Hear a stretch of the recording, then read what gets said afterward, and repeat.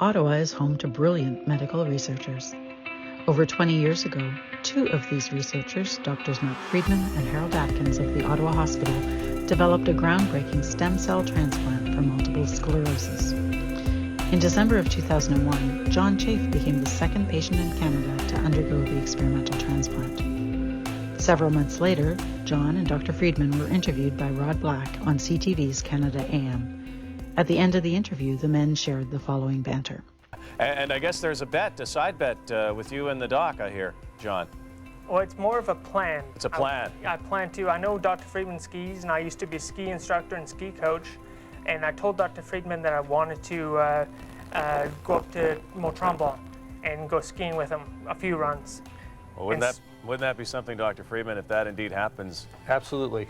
I would look forward to it. We'll be there that day, too, to watch that. Now, 20 years later, almost to the day, the three men caught up again. Enjoy the conversation, learn what happened to that plan to ski again, and learn how you can help the researchers in Ottawa continue to push the limits of science to help patients like John.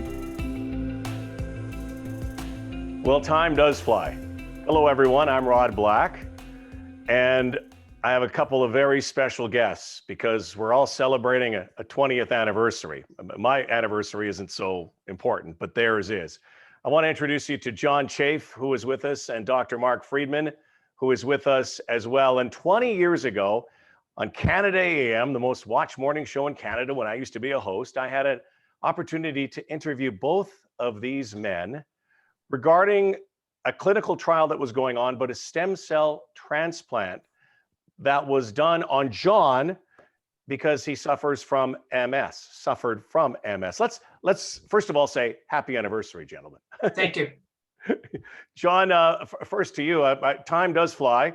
That was many years ago. For me, a lot of hair ago. I think I had a mustache too. But for you, tell me what the last 20 years have been like. I recall talking to you that day, and there was a lot of optimism, quite frankly, but I guess there was also probably some curiosity about where that stem cell transplant would go and how successful it would be. Bring us up to date on your journey. Well, I was the second patient in Canada to have the transplant, and I didn't know how it would go. We assumed it would go well, and it did go well, thankfully for that. But over the past 20 years, I've been pushing everything I could do to get myself better, to get walking again. I got married 17 years ago to an amazing woman named Patricia. And together we had an amazing, wonderful daughter. The transplant stopped all of the exacerbations and things got back to normal. And since then I've been pushing myself in everything I do without the daily worries that my disability will get worse. I use my stubbornness to push myself. The first thing I did was I started kayaking. And that was good. Then I started biking again on a tricycle, but that was too slow. So I bought myself a recumbent bike, a slow, fast recumbent bike, so I can get back to some speed again. But the most important thing that I've done is skiing. I've been skiing as many weekends as I can over the past 10 years. And most years it's been 8 weekends a year, which is awesome. So doctor, take us back the 20 years from John's diagnosis, first of all, and to why you went in this direction, what you did, how you did it, and how successful it has become. Thanks, Rod. 20 years is, it's amazing how the time will fly. But our concept back at the turn of the millennium was that we had a disease that in some cases was a runaway train, and we could identify certain patients whose characteristics told us that if we didn't intercede with something, they would probably be in a wheelchair, unable to move within 10 years or less. And that was like a 90 to 95% probability. So we really needed to do something beyond where the medications had been. There was a concept already that had been tried in other autoimmune diseases that if you don't know what the immune problem was, we had the ability to simply remove the diseased or mistaken immune system and replace it with a brand new one using a patient's own stem cells so there would be no rejection or anything of the new immune system when it grows. We would do this for leukemias. As you know, bone marrow transplants have been around for a while. And in those circumstances, of course, you can't use a patient's own cells because they're already cancerous. And then you have to use someone else's. And that's called an allo transplant. And they were really fraught with a lot of difficulties and even a high mortality rate because of the inability of the graft from the host necessarily to take and or the rejection by the host. We don't have that problem when we're using a patient's own cells. So we got permission to go ahead with a grant from the Multiple Sclerosis Society of Canada. And we went forth with really two aims. We didn't know where this was going to go with the disease. We weren't sure if the disease was going to come back, but it was all based on the premise that if we remove the immune problem, the immune mistake, because immunology, everybody knows from COVID now with all the vaccinations, there's a memory in the immune system, and the whole idea of the vaccines are to induce a memory. So if you see the problem again, you'll be able to take care of it. In the case of an autoimmune disease, when the problem is the rejection of body, of self, and in the case of multiple sclerosis, the rejection of the insulation of the wiring of the central nervous system, it's not like there's an invasion going on there. It's you're going to keep rejecting it as long as that immune memory is there. So we had to wipe it out and then build a new immune system that didn't have that memory in it. And the theory was that it would no longer attack the brain. And that's where we went forward with that to try to understand if that experiment worked. And we had no idea whether it would work, how long it would work. And we had some exciting results. And John's a perfect example of what those results are. How many more transplants have you done since that time? And have you experienced the same success rate that you did with John? Well, we just actually reported this at a meeting just ago. And we're up to about 75 transplants now for multiple sclerosis. We had to, with the MS Society's money, really pick the patients who had the worst prognosis.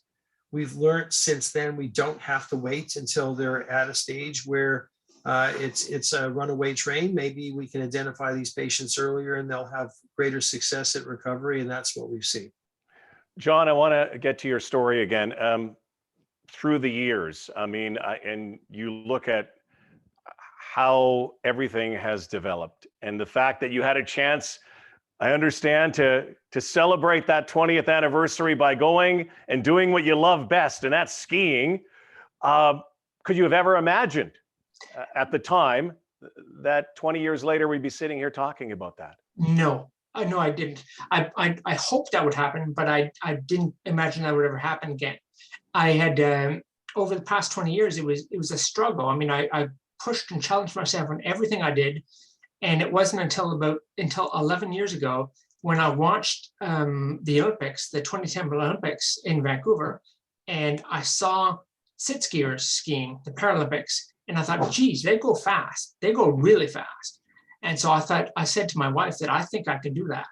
So I heard about the Canadian Association of Disabled Skiing. That's what it was called. Now it's called the Canadian Adaptive Snow Sports. And so I joined them, and I assumed that I would be sit skiing on sit skis because of my standing skills weren't still that strong yet. But they said, no, we'll get you stand skiing first. If you cannot do that, then we'll get you in sit ski. But first thing is stand skiing. So I started stand skiing. I was an instructor and a coach before, well before MS. And so I went to stand ski, and I was absolutely terrible at first. I had no balance, no stamina, no coordination, nothing at all. But with the help of the volunteers at the CADS, I was able to, over a couple of years, I was finally able to get up and ski the run and go up the baby run. Now I can do expert runs, but I use outriggers for balance because my balance isn't any better. But I use the outriggers for balance, but I can ski. I just feel like it's changed everything that I can ski again. I was going to ask you, like, what was that feeling like the first time you were able to get back on something that you love so much, the snow? It was absolutely frustrating because I was bad. I was really bad. Whereas, like I said, I was an instructor and a coach before. So you skied like me then? Well, I don't, I can't comment on that. No, I was really bad. But with the help of the CADS instructors, they helped me out to get me going. And after some time, after a year, I was able to get up to Bunny Hill and ski the Bunny Hill, ski the green run, ski the easy run. And then it slowly started getting better from there. I've had some wicked falls, some wicked crashes, and I really now understand why people wear helmets. Because if I didn't have a helmet, I'd probably be seeing Dr. Freedman for other things. But it was just that I could ski again. It was life-changing. Yeah, well, it has been life-changing. This whole journey, this voyage you've been on. Dr. Freedman, to know the success of what John's going through and to be able to ski again and to do all of the things, I think it obviously speaks to the science. It speaks to the innovation that you all had, back 20 years ago. Where do we go now? Well, I just have to say that John always threatened that one day we would be on the hill together. That was his determination. And I didn't want to set the bar too high for him for fear of him not being able to attain that bar. But I didn't realize just what kind of determination he had.